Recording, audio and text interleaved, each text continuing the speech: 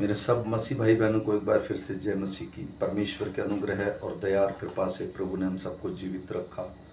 आज तारीख है 5/7/2025 और इस सुबह के सुंदर समय हम आज सुबह का वचन पढ़ेंगे। हम पढ़ेंगे प्रेरितों की पुस्तक उसका 13 अध्याय और 26 से 52 वचन तक। इसके पढ़े और सुने जाने पर प्रभु की आशीष हो। हे भाइयों, तुम जो अब्राहम की संतान हो और तुम जो परमेश्वर से डरते हो, तुम्हारे पास इस उद्धार का वचन भेजा गया है, क्योंकि यरूशलेम के रहने वाले और उनके सरदारों ने न उसे पहचाना और न भविष्यवक्ताओं की बातें समझी जो हर शब्द के दिन पढ़ी जाती हैं। इसलिए उसे दोषी ठहराकर उन बातों को पूरा किया। उन्होंने मार डालने के योग्य कोई दोष उसमें न पाया तो भी पिलातूस से विनती की कि वह मार डाला जाए। जब उन्होंने उसके विषय में लिखी हुई बातें पूरी की तो उसे क्रूस पर से उतारकर कब्र में रखा, परंतु परमेश्वर ने उसे मरे हुए में से जिलाया और वह उन्हें जो उसके साथ गलील से यरूशलेम आए थे बहुत दिनों तक दिखाई देता रहा। लोगों के सामने अब वे ही उसके गवाह हैं। हम तुम्हें उस प्रतिज्ञा के विषय में जो बाप दादाओं से की गई थी यह सुसमाचार सुनाते हैं कि परमेश्वर ने यीशु को जिलाकर वही प्रतिज्ञा हमारी संतान के लिए पूरी की, जैसा दूसरे भजन में भी लिखा है, तू मेरा पुत्र है, आज मैं ही ने तुझे जन्माया है। और उसके इस रीति से मरे हुओं में से जिलाने के विषय में भी वह कभी न सड़े।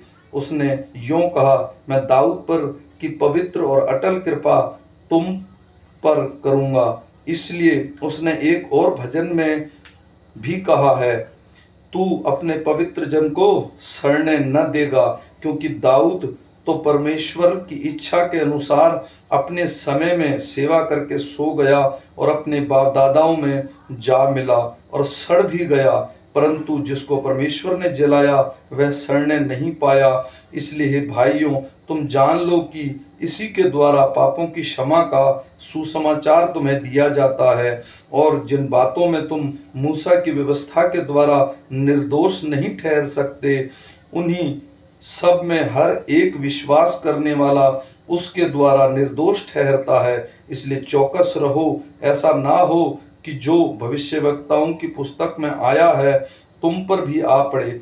हे निंदा करने वालों, देखो और चकित हो और मिट जाओ, क्योंकि मैं तुम्हारे दिनों में एक काम करता हूँ, ऐसा काम कि यदि कोई तुमसे उसकी चर्चा करे तो तुम कभी विश्वास ना करोगे।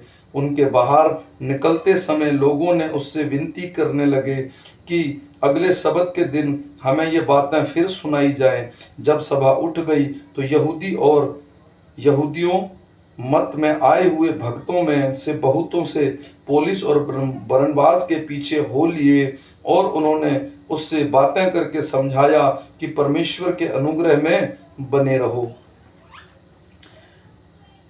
अगले सबत के दिन नगर के प्राय सब लोग परमेश्वर का वचन सुनने को इकट्ठा हो गए, परंतु यहूदी भीड़ को देखकर डहा से भर गए और निंदा करते हुए पौलुस की बातों के विरोध में बोलने लगे।